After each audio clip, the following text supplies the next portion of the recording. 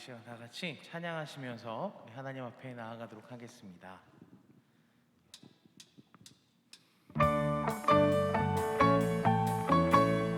우리 같이 이 시간 손뼉 치며 찬양하겠습니다.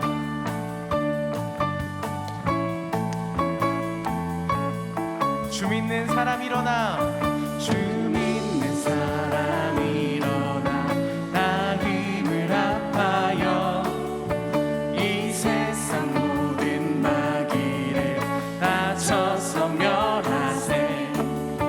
저 앞에 오는 적군을 다 싸워 이겨라. 주 예수 믿는 힘으로 온 세상이. 한 번 더, 주 믿는 사람 일어나, 주 믿는 사람 일어나, 다 힘을 합하여 이 세상 모든 마귀를 다 쳐서 멸하세. 저 앞에 오는 적군은 다 싸워 이겨라. 주 예수 믿는 힘으로 온 세상 이기네. 믿음이 이기네. 믿음이 이기네. 주 예수를 믿음이 온 세상 이기네. 온 인류 마귀 괴물로 큰 죄에 빠지니 진리로 뒤를 띠고서 늘 기도드리세. 참 믿고 의지하면서 겁 없이 나갈 때 주 예수 믿는 힘으로 온 세상 이기네. 믿음이 이기네. 믿음이 이기네. 주 예수를 믿음이 온 세상 이기네. 우리 손뼉 치며 찬양합니다.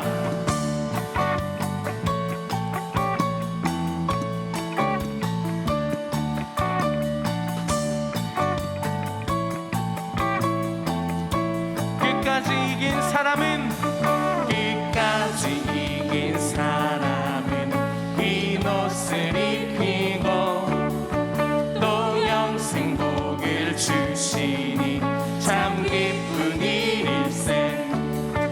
이 어두운 세상 지나서 저 천성 가도록 주 예수 믿는 힘으로 온 세상 이기네. 믿음이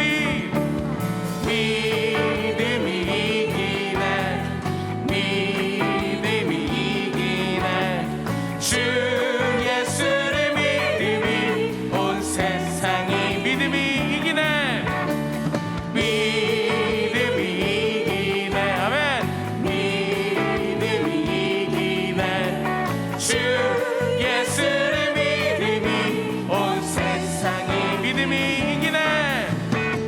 믿음이 이기네. 주 예수를 믿음이 온 세상. 우리 같이 마지막으로 선포합니다. 믿음이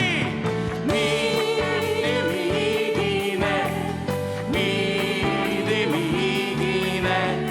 주 예수를 믿음이 온 세상 이기네.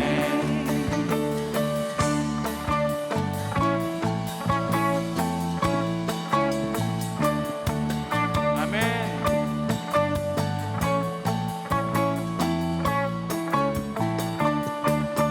우리 주님께 영광의 박수로 주님을 찬양합니다.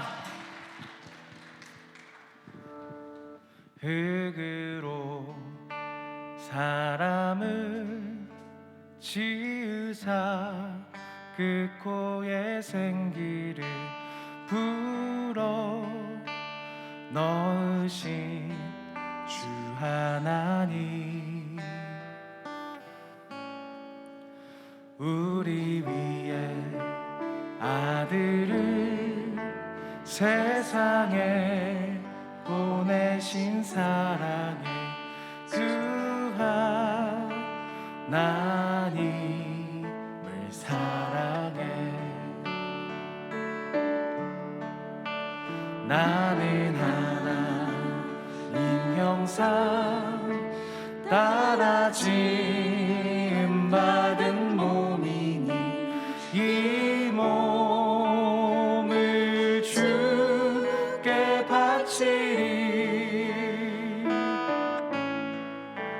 항상 내 생활 중에 주를 부인하지 않으며 내 주를 섬기렵니다. 우리 같이 손뼉 치며 찬양하겠습니다. 흙으로 사람을 지으사 그 코에 생기를 불어 넣으신 주 하나님, 우리 위해 아들을 세상에 보내신 사랑의 주 하나님. 자, 우리 한 번 더 찬양할까요? 흙으로 사람을 지으사 그 코에 생기를 불어 넣으신 주 하나님, 우리 위해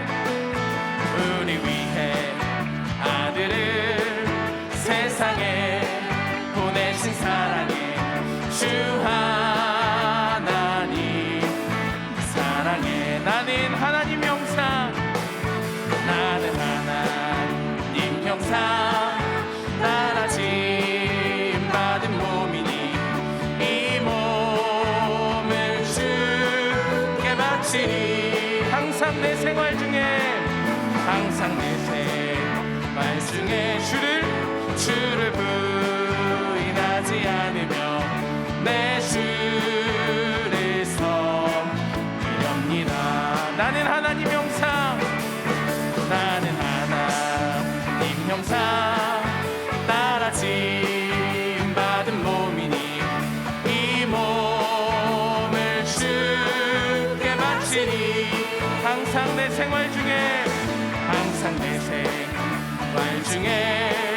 주를 부인하지 않으며 내 주를 섬기렵니다. 예수로 나의 구주 삼고 성령과 피로써 거듭나니 이 세상에서 내 영혼이 하늘의 영광 누리로다. 이것이 나의 간증이요, 이것이 나의 찬송일세. 나 사는 동안 끊임없이 구주를 찬송하리로다. 온전히 주께 맡긴대요. 사랑의 음성을 듣는 중에 천사들 하는 곳과 하늘의 영광 보리로다. 이것이 나의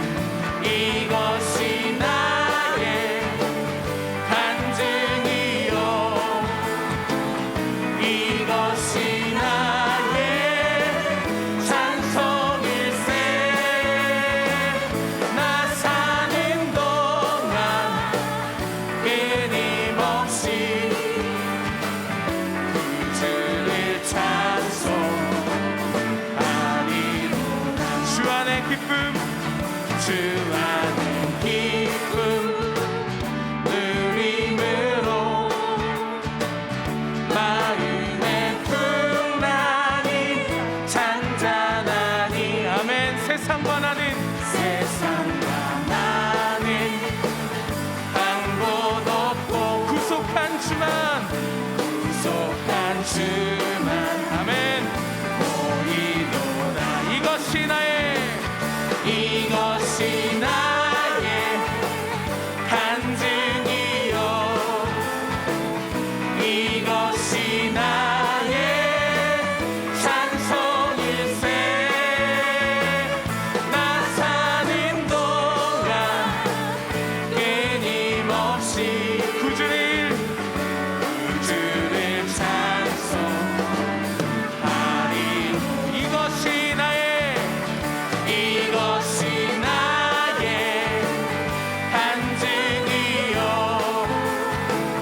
이것이 나의 찬송일세. 나 사는 동안 끊임없이 구주를 찬송하리. 구주를 찬송하리로다. 구주를 찬송하리로다. 구주를 찬송하리로다.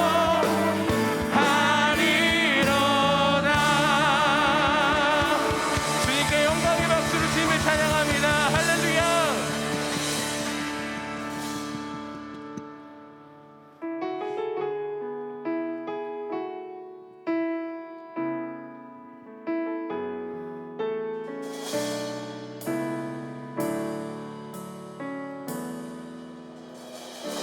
모든 능력과 모든 권세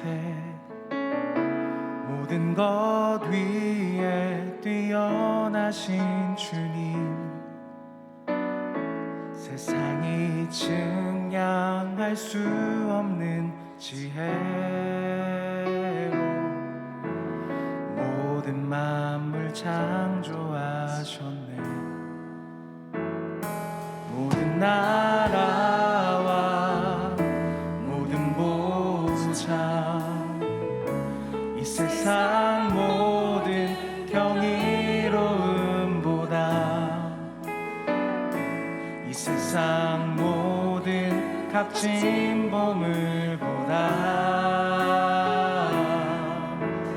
더욱 귀하신 나의 주님.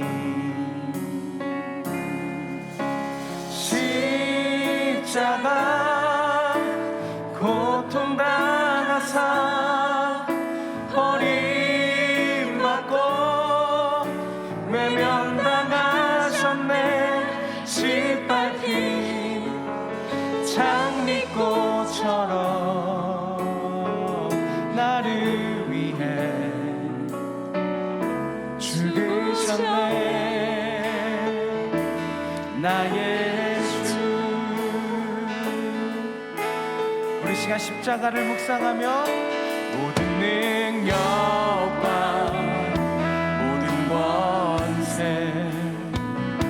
모든 것 위에 뛰어나신 주님 세상이 증량할 수 없는 지혜로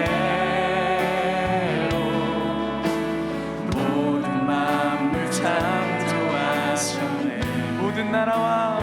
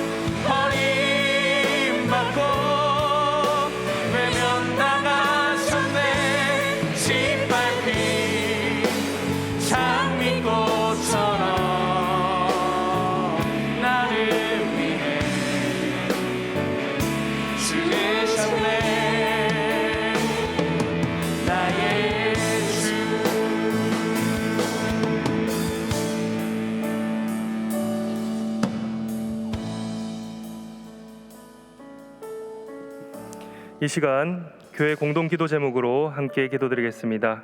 첫째, 남아공에서 사역하시는 김기철 정은주 선교사님, 어린이 구제 사역, 바포 사역을 통해 이스트 런던 지역에 복음의 열매가 있도록.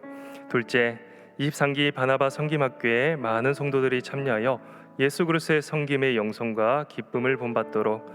셋째, 완화되는 방역 지침을 통해 경기가 활성화되고 자영업자 및 소상공인들이 생업의 고통에서 벗어나도록 담임 목사님의 영육의 강건하심과 가정과 사역을 위해 함께 기도하시겠습니다. 하나님 아버지, 시간 간절한 마음으로 주님 앞에 기도 올려드립니다. 주님, 남아공에서 사역하고 계시는 김기철 정은주 선교사님, 하나님 그곳의 영혼들을 위해서 수고하고 계십니다. 하나님, 특별히 어린이 구제 사역, 바포 사역을 통해서 그 지역에 복음의 열매가 맺어지게 하여 주시고 주님의 은혜가 넘쳐나 하나님 그곳에 많은 영혼들이 주님께 돌아오는 역사가 일어나게 하여 주시옵소서. 23기 바나바 섬김학교에 많은 성도들이 참여하여서 예수 그리스도의 섬김과 영성의 기쁨을 본받아 주님 하나님의 그 놀라운 은혜를 경험케 하여 주시옵소서. 주님 계속해서 완화되고 있는 주님 지역이랑 함께하여 주시고 경기 활성화를 통하여 자영업자와 소상인들의 생업의 고통에서 벗어나 하나님 이 경제가 살아날 수 있도록 도와주시옵소서. 무엇보다도 담임 목사님 영육간의 강건함을 허락하여 주시고 가정사역을 위해 함께하여 주시옵소서. 주님 함께하실 줄 믿습니다. 함께하여 역사하여 주시옵소서. 주님 함께하여 주시옵소서. 우주 만물을 창조하시고 우리의 삶을 주관하시는 하나님, 오늘 성스러운 주일 저녁에 대표 기도로 성김을 가질 수 있도록 인도해 주심에 감사드립니다. 아버지 하나님, 하나님께서 창조하신 이 아름다운 이 땅에 우둔한 인간들의 탐욕과 분열로 서로 헐뜯고 살아가는 저의 인간들의 죄를 용서하여 주시옵소서. 한 달째 계속되고 있는 러시아와 우크라이나의 전쟁을 주님께서 아실 것이옵니다. 저희들의 죄를 용서해 주셨고 난민들의 부르짖음을 외면하지 마시옵소서. 하나님의 넓으신 사랑으로 하루속히 전쟁을 종식시켜 주시옵소서. 대한민국을 위해 기도드립니다. 이번 선거를 통하여서 새로 선출된 위정자에게 솔로몬과 같은 지혜를 허락하여 주셨고 이 땅을 하나님의 나라로 잘 이끌어갈 수 있도록 하여 주시옵소서. 아버지 하나님, 우리 동안길을 위해서 기도드립니다. 올해의 표 다시 쓰는 회복 행전을 통하여서 우리 주위에 소외되고 안 믿는 자들을 위하여 주님의 복음을 전하는 복의 통로로 쓰임받게 하여 주시옵소서. 또한 치유와 회복이 이루어지는 주님이 교회가 될 수 있도록 하여 주시옵소서. 아버지 하나님, 이번 사순절 기쁨 나눈 상자를 통하여서 소외되고 어려운 분들에게 조그마한 동안의 정성으로 주님의 사랑을 전할 수 있도록 풍족한 수량을 채울 수 있도록 하여 주시옵소서. 4월 9일 전도 폭발 훈련, 4월 10일 세례교회식 등 모든 교회 일정을 주님께서 주관하여 주시었고 저희 성도들을 이끌어 주시어 모든 영광을 주님께 돌려드릴 수 있는 은혜 베풀어 주시옵소서.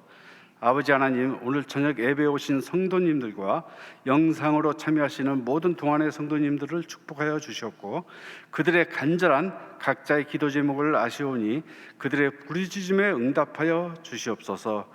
끝으로 담임 목사님의 영육간의 강건함을 허락하여 주셨고 오늘 말씀 전하시는 이규정 목사님의 설교를 통하여서 하나님의 음성을 들을 수 있도록 하여 주셨고 한 주간의 삶을 주님께 의지하며 살아갈 수 있는 원동력이 되게 하여 주시옵소서. 이 모든 간구 살아계시고 우리의 삶을 인도하시는 우리 주 예수 그리스도의 이름으로 기도드렸습니다. 아멘.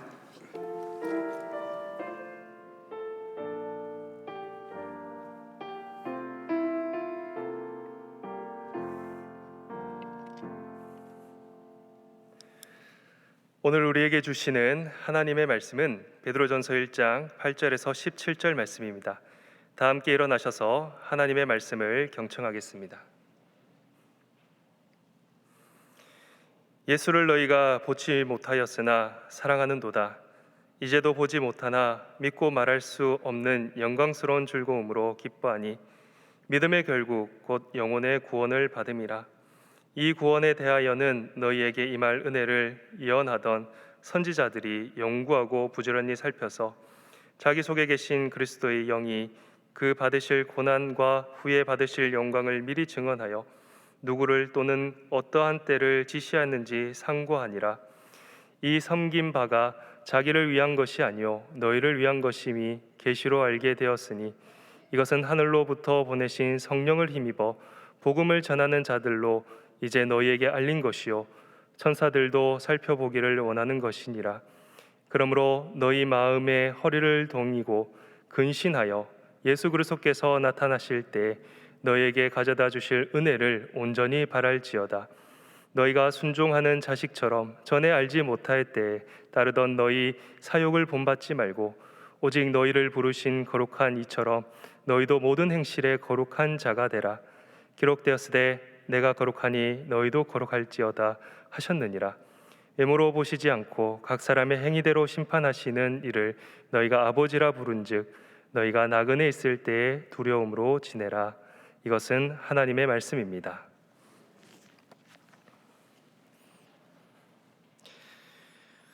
제가 동안교회에 작년 12월에 부임하였습니다. 그때는 차가운 겨울이었습니다. 그런데 어느덧 바깥을 나가보니 봄이 나에게 다가온 것을 알게 되었습니다. 꽃도 피고 날씨도 참 따뜻해졌습니다. 지난 4개월 정도의 시간들을 되돌아보니 참 세상은 혼란스럽고 어지럽고 여전히 질병과 고통 그리고 전쟁으로 인하여 많은 사람들이 괴로워하고 있는 이 어지러운 세상이지만 봄이 오는 것을 보았을 때 저는 참 하나님께서 여전히 신실하신 하나님이시구나 라는 것을 깨닫게 됐습니다. 세상이 아무리 어지럽고 혼란스러워도 하나님의 신실하심, 하나님의 은혜는 여전하시며 변함이 없으시다는 것입니다. 여러분, 이 시간 예배에 참석하신 모든 분들과 또 온라인에서 함께 예배 드리시는 모든 분들에게 이러한 변함없으신 하나님의 은혜가 풍성하시기를 간절히 바랍니다. 오늘 본문을 보기에 앞서 오늘 본문의 시대적 배경을 조금 살펴볼 수 있습니다. 여러분 아마 로마 대화재라는 그 역사적 사건을 알고 계실 것입니다. AD 64년 7월 19일 로마에서 일어난 대화재 사건입니다. 기름 창고에서 우연히 일어난 화재가 시내로 번지면서 로마 전체를 화재로 몰고 가는 굉장히 큰 불이 일어났던 것입니다. 당시 로마 황제였던 네로는 화재 소식을 듣고 급히 휴가를 중단하고 로마에 와서 이 화재의 그 수습을 위해서 노력을 했다고 합니다. 그런 노력에도 불구하고 이 대재앙에 시민들의 마음은 진정되지 않고 심지어 네로 황제가 자신의 성궁을 짓기 위해서 불을 질렀다라는 그런 방아설까지 돌기 시작했습니다. 이렇게 민심이 흉흉해지자 네로 황제는 당시 신흥 종교였던 기독교에게 모든 책임을 덮어 씌워버립니다. 기독교인들이 불을 질렀다라는 그런 말도 안 되는 이야기를 퍼뜨린 것입니다. 이 사건을 계기로 당시 기독교의 대학살이 또 고난이 시작되었던 것입니다. 베드로전서는 예수 그리스도의 수제자인 베드로에 의해서 기록되었는데 당시 로마 제국이 이제 박해의 불길이 전국으로 퍼지는 이때에 바로 이 베드로전서를 성도들에게 전하였다는 것입니다.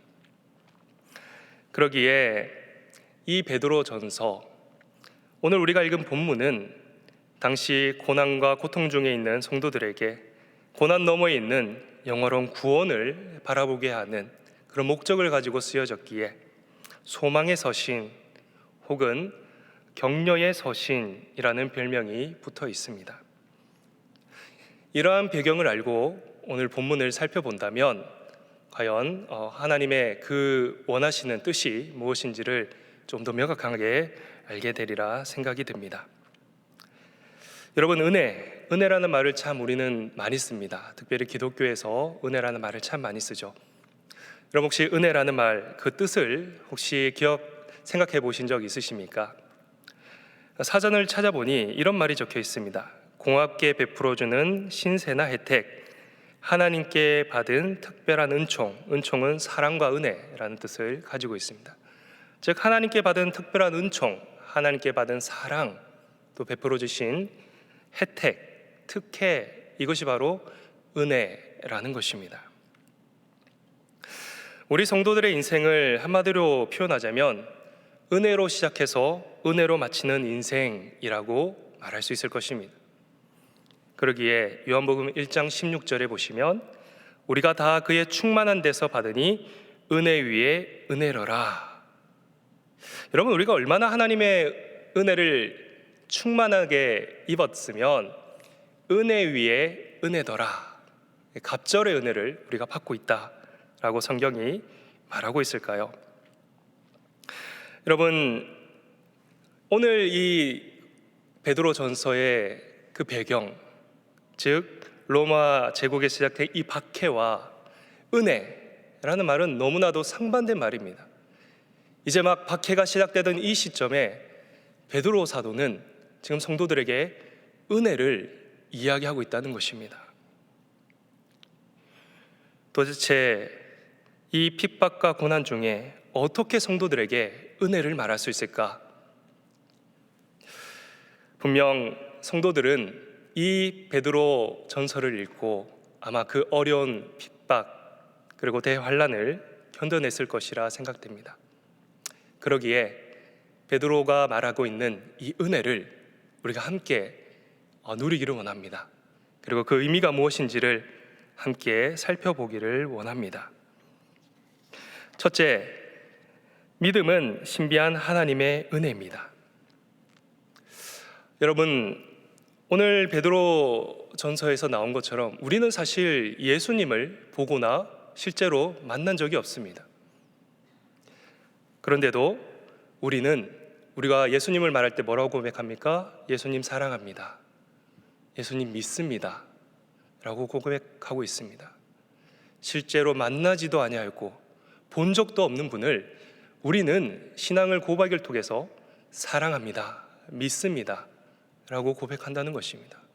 이것이 은혜라는 것입니다. 왜 그런가?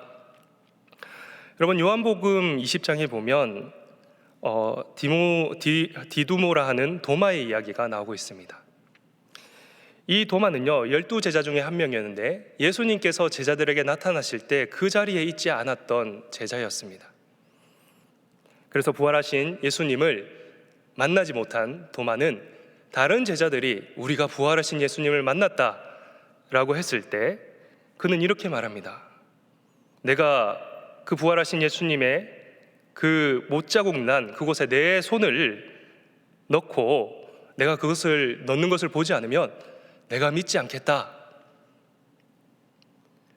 네, 그럴만하죠. 너무나 말이 안 되는 이야기 아니었습니까? 분명히 자기 눈으로 예수님께서 십자가에서 돌아가신 것을 확인하였는데 자기가 없는 사이에 제자들이 나타나 말도 안 되는 이야기를 하니까 나는 실제로 보지 않으면 믿지 않겠다라고 말하는 것이죠. 그런데 예수님께서 8해가 지나 다시 제자들에게 나타나십니다. 그때는 도마도 있었습니다. 그리고 예수님께서는 도마에게 내 손가락을 이리 내밀어 내 손을 보고 내 손을 내 옆구리에 넣어보라 라고 말씀하십니다. 그리고 믿음 없는 자가 되지 말고 믿는 자가 되라 라고 권면하십니다.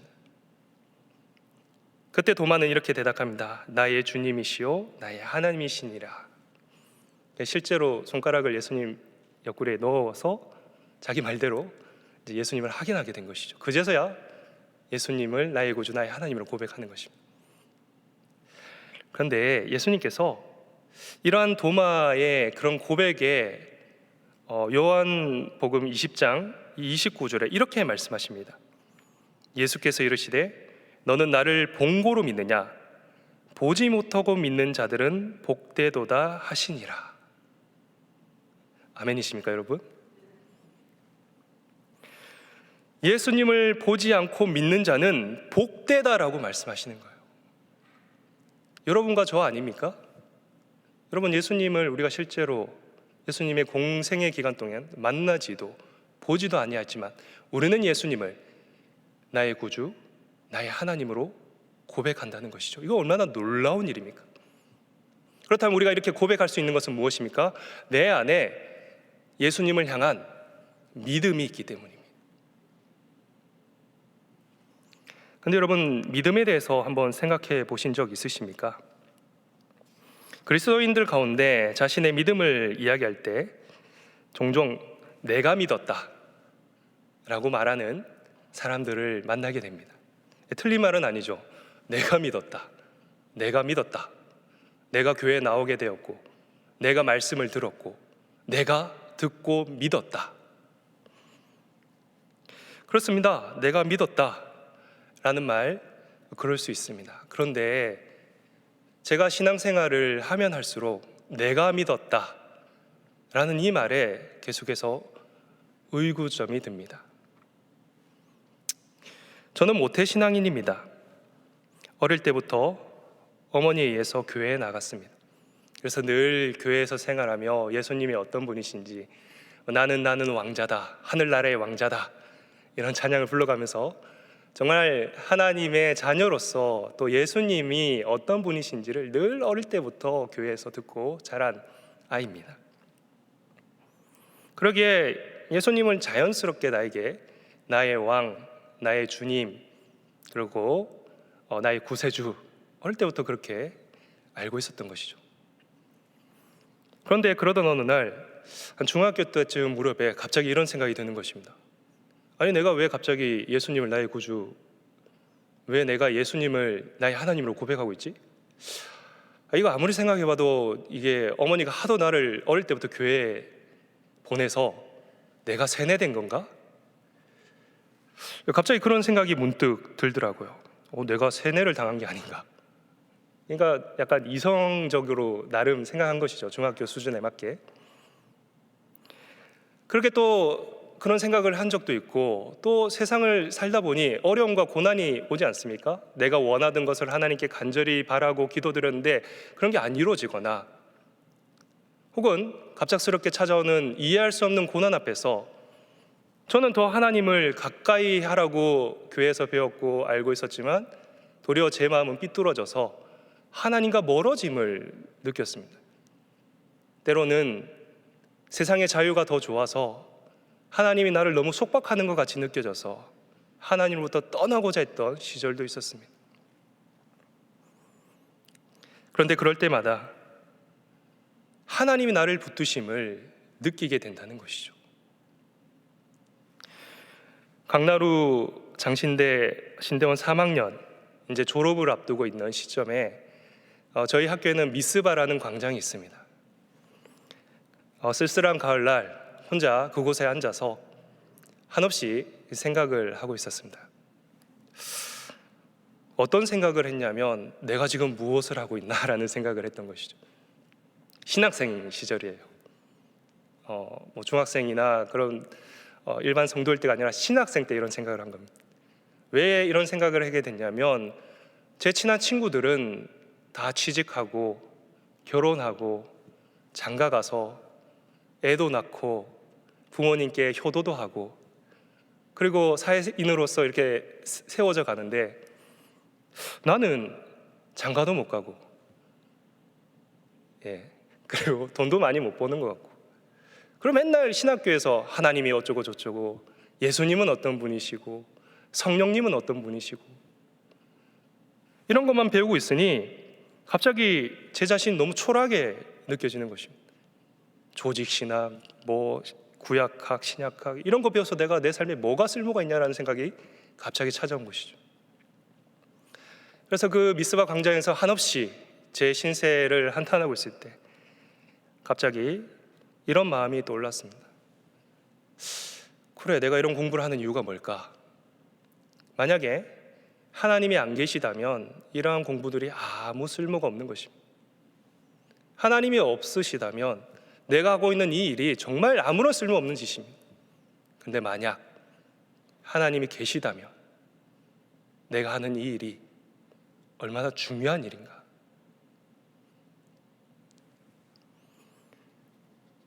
신학생 때 이런 경험을 한 것이죠. 그러면 목사가 돼서도 어떤 경험을 했겠습니까? 그러한 마음을 갖고도 목회가 되었는데 목회 가운데 내 뜻대로 이루어지지 않는 것, 또 하나님 내 기도 안 들어주시는 것 같아서 너무 일도 힘들고 귀찮아서 어려울 때마다 하나님 저 이거 못하겠습니다, 안 하겠습니다, 그런 생각을 늘 가졌을 때마다 누군가 나를 붙들어주는 느낌을 받는 것이죠. 여러분, 저희의 이성과 의지와 환경은 하나님을 멀리 떠나서 하나님이 없다라고 계속해서 지성이 나에게 말해주고 있지만 어떤 누군가, 어떤 힘이 저를 계속해서 하나님으로 이끌어가는 것을 느끼게 되는 것이죠. 모르는 사람은 아마 어떤 것이라고 말했지만 저는 성령님께서 내 마음에 찾아와 주셔서 우리에게 믿음을 더해 주심을 깨닫게 되는 것입니다. 여러분, 도마도 그렇지 않습니까?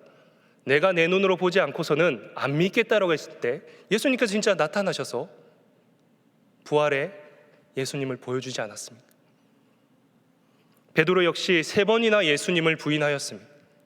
그는 더 이상 예수님을 섬길 수 없어서 모든 것을 내버리고 자신의 고향으로 돌아간 사람입니다. 그러다 예수님께서 다시 그에게 나타나 내 양을 먹이라고 말씀하십니다. 여러분이 가진 그 믿음, 내가 가졌다, 과연 이렇게 고백할 수 있습니까? 과연 여러분이 가진 그 믿음이 정말 내 힘으로 생겨진 믿음입니까? 저는 신앙생활을 하면 할수록 이 믿음조차도 하나님께서 나에게 허락해 주신 은혜구나 라는 것을 깨닫게 됩니다. 찬송가 310장을 보면 하나님의 은혜로라는 이 찬양의 2절 가사를 보면 이런 말씀이 있습니다. 왜 내게 굳센 믿음과 또 복음을 주셔서. 믿음은 내가 가지는 건데 이 찬양의 가사는 믿음을 주셨다라고 말하고 있습니다.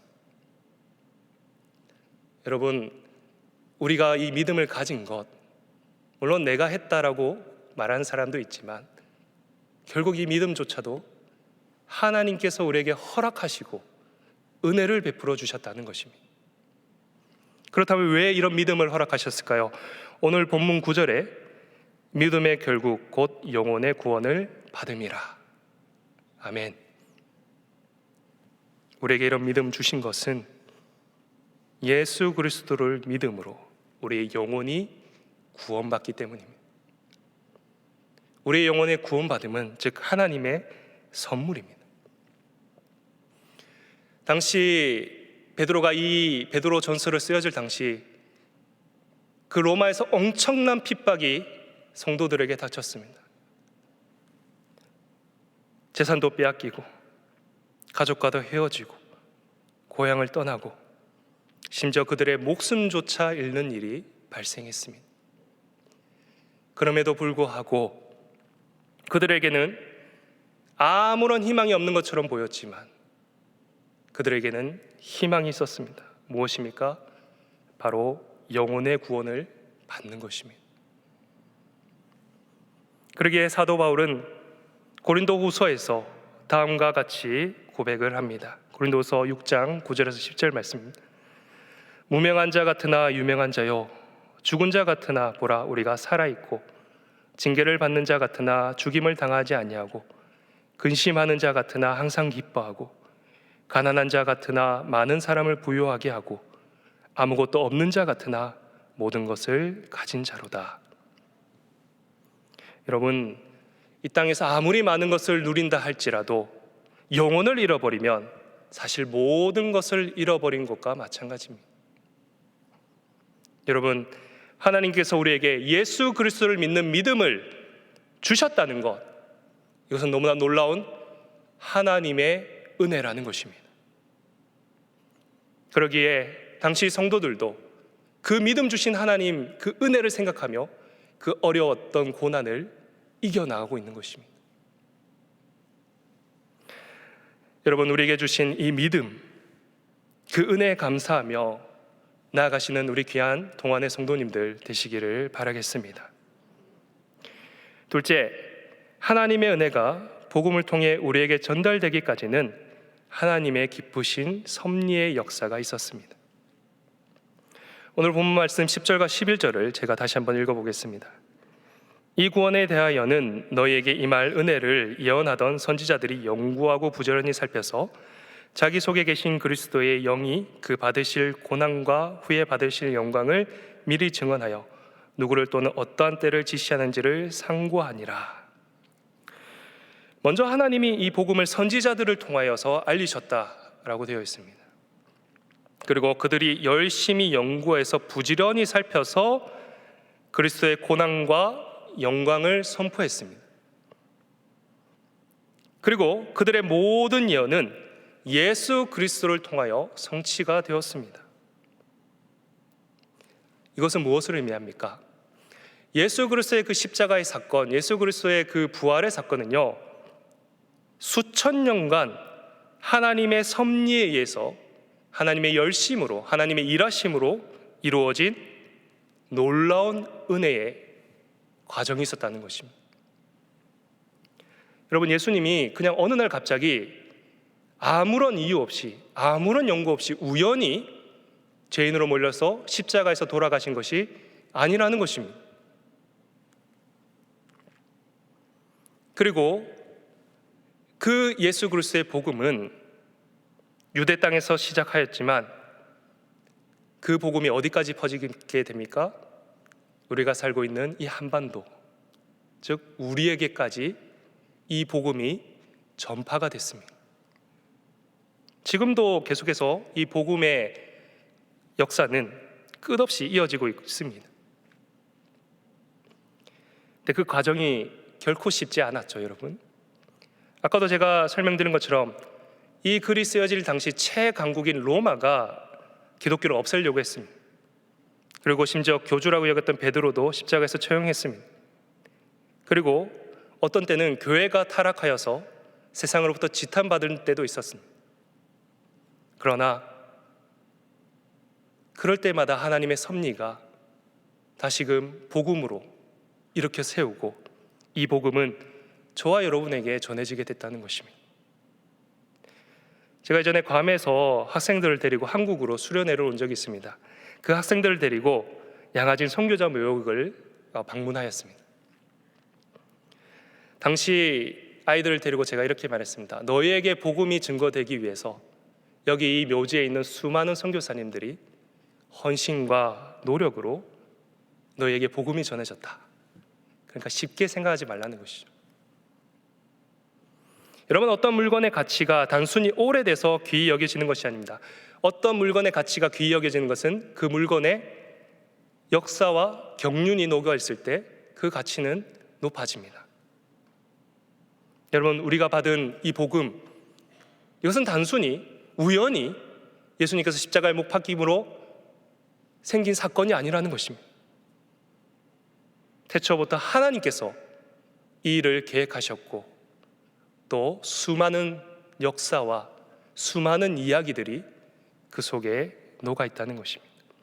그러기에 그 하나님의 그 오랜 세월 하나님의 이야기들이 쓰여진 그 복음이 저와 여러분에게 전해졌다는 이 사실은요, 굉장히 놀라운 은혜라는 것입니다. 당시 고통당한 성도 역시도 이러한 베드로 사도의 그 글을 보며 나에게 복음이 전해지기까지 수많은, 구약시대부터 수많은 믿음의 선진들이 고난과 고통 속에서 우리에게 전해졌구나 라는 것을 알게 되었고 그들 역시 고난을 견딜 수 있는 힘이 생겼다는 것입니다. 셋째로, 하나님의 거룩한 백성이 되는 은혜라는 것입니다. 본문 말씀 13절과 16절을 읽어보겠습니다. 그러므로 너희 마음의 허리를 동이고 근신하여 예수 그리스도께서 나타나실 때 너희에게 가져다 주실 은혜를 온전히 바랄지어다. 너희가 순종하는 자식처럼 전에 알지 못한 때에 따르던 너희 사욕을 본받지 말고 오직 너희를 부르신 거룩한 이처럼 너희도 모든 행실에 거룩한 자가 되라. 기록되었으되 내가 거룩하니 너희도 거룩할지어다 하셨느니라. 당시 그 성도들은 이러한 하나님의 은혜를 깨닫고 아마 많은 은혜를 받았을 것입니다. 그런데 그런 은혜를 깨달은 성도들에게 베드로는 뭐라고 말하고 있습니까? 너희가 지금 해야 될 일은 견디는 것이다 라는 것이죠. 폭동을 일으켜라, 대항해서 싸워라, 너희 원수를 쳐 죽여라 가 아니라 견뎌라. 예수님께서 너에게 주실 은혜를 바라며 견뎌라. 즉 악을 악으로 갚지 말고 선으로 갚아라. 이것이 너에게 은혜가 된다라고 말씀하고 있습니다. 예전에 제가 로마 여행을 간 적이 있습니다. 그 로마 여행 때 참 인상 깊었던 것은 카타콤이라는 곳을 갔을 때입니다. 예, 여기 사진에 보시면 나오는데요. 카타콤은 당시 로마의 지하 무덤입니다. 근데 이곳을 왜 가느냐 하면요, 이곳에서 핍박을 받던 기독교인들이 그곳에서 예배를 드리는 장소로 쓰여졌기 때문입니다. 로마인들 역시 무덤을 들어가는 것을 굉장히 꺼렸겠죠. 꺼리찜하고요. 그래서 사람들이 아무도 없는 그 곳에 가서 기독교인들이 예배를 드렸다고 합니다. 그래서 저도 로마 여행 갔을 때 카타콤을 간 적이 있는데 당시 가이드가 저희들에게 했던 말이 너무나 인상 깊었습니다. 기독교인들이 그 카타콤에서 예배를 드릴 때 어디서 정보를 듣고 로마 병사들이 출동을 하는 것이죠. 잡아오라고 하는 것이죠. 그래서 이렇게 횃불을 들고 그 무덤 속으로 들어갑니다. 아무래도 지하이다 보니까 발자국 소리나 이런 걸 듣고 당시 기독교인들이 예배를 드리다가 불을 끄고 그 무덤 속으로 이렇게 숨었다고 해요. 그 카타콤은 불을 끄면 굉장히 어두운 곳입니다. 그래서 불이 없으면 이제 길을 찾을 수 없고 굉장히 미로 같은데 심지어 긴 곳은 물론 500km나 되는 굉장히 긴 구조를 또 미로처럼 가지고 있다고 합니다. 로마 병사가 명령을 받고 이제 기독교인들을 잡으러 그곳에 들어갔는데 한참 찾다가 너무 흥분한 로마 병사가 이제 이 횃불이 불이 다 된지도 모르고 이제 막 찾아가는 거예요. 그러다가 불이 꺼져버린 경우가 발생한다고 합니다. 그럼 횃불이 꺼져버리면 이제 캄캄해서 길을 찾을 수가 없다고 합니다. 그러면 사람이 패닉이 오는 것이죠. 아마 그 어둠 속에서 막 방황하고 헤매다가 결국은 쓰러져서 죽음만 기다릴 수밖에 없는 그런 상태가 되었을 때 당시 숨어있던 기독교인들이 그들에게 찾아가서 물을 주고 그리고 지상으로 안내를 해줬다고 합니다. 왜 그랬을까요? 예수님의 말씀을 실천하기 위해서는, 원수를 사랑하라는 그 말씀을 실천하기 위해 그들이 그렇게 했다라는 것입니다. 자신을 또 언제 죽이러 올지도 모르고 자신의 가족을 죽이는 원수일지도 모르지만 예수님의 말씀을 실천하기 위해서 그들을 살려주었다. 그러면서 그 가이드가 이런 종교라면 자신은 기독교인은 아니지만 난 한번 좀 생각해 보겠다라고 말하는 거예요. 여러분, 그들의 그러한 예수님의 말씀 실천 위해서 로마가 뒤집어져 버리지 않습니까? 하나님의 말씀을 순종했을 때 로마가 바뀌어버리지 않습니까?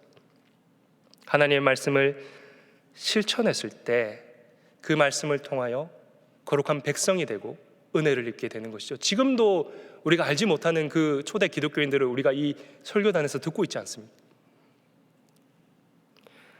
여러분, 탕자가 아버지께 돌아왔는데 아버지가 맞아주고 아들로서 대해주는데 여전히 집에서도 돼지 우리에서 지업 열매를 먹으며 살고 있다면 과연 이 아들이 진정한 은혜를 입은 것이겠습니까? 아버지 아들답게 살아가는 것이 진정한 은혜이지 않겠습니까?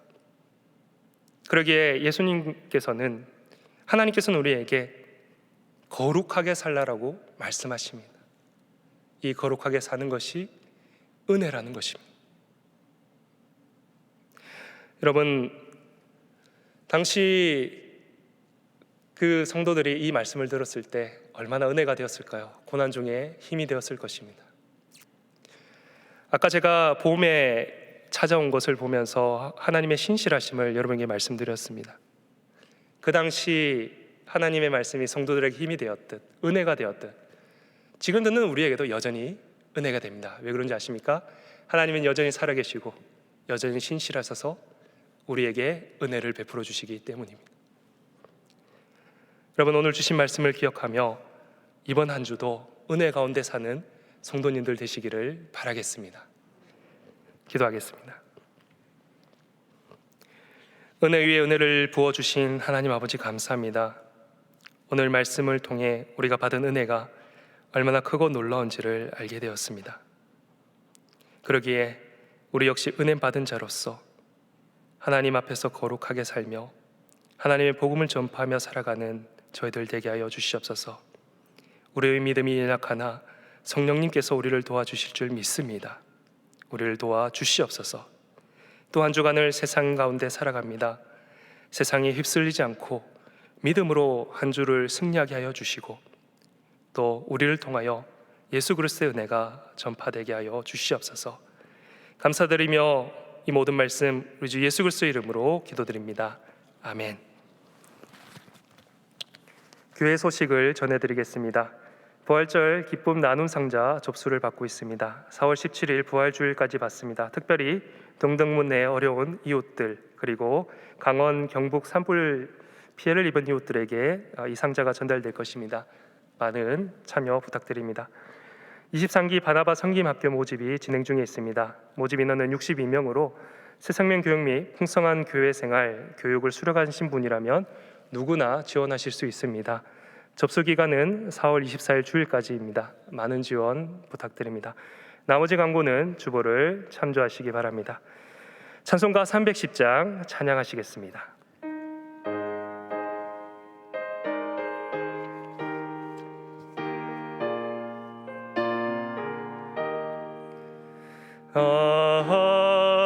하나님의 은혜로 있을 데 없는 자 왜 구속하여 주는지 난 알 수 없도다. 내가 믿고 또 의지함은 내 모든 영평하시는 주님 늘 보호해 주실 것을 나는 확실히 아네. 왜 내게 구세 믿음과 또 복음 주셔서 내 마음이 항상 편한지 난 알 수 없도다. 내가 믿고 또 의지함은 내 모든 영평하시는 주님 늘 보호해 주실 것을 나는 확실히 아네. 왜 내게 성령 주셔서 내 마음 감동해 주 예수 믿게 하는지 난 알 수 없도다. 내가 믿고 또 의지함은 내 모든 영평하시는 주님 늘 보호해 주실 것을 나는 확실히 아네. 주 언제 강림하실지 혹 밤에 혹 낮에 또 주님 만날 그곳도 난 알 수 없도다. 내가 믿고 또 의지함은 내 모든 영평하시는 주님 늘 보호해 주실 것을 나는 확실히 아네. 이제는 주 예수 그리스도의 은혜와 하나님 아버지의 변화없으신 사랑하심과 성령님의 감화 감동 고통하심이 하나님의 은혜를 받은 자로서 거룩하게 살기를 소망하는 오늘 함께 예배드린 모든 성도님들과 그리고 동안교회와 이 나라 위에 이제로부터 영원히 함께 하시기를 간절히 축원하옵나이다. 아멘.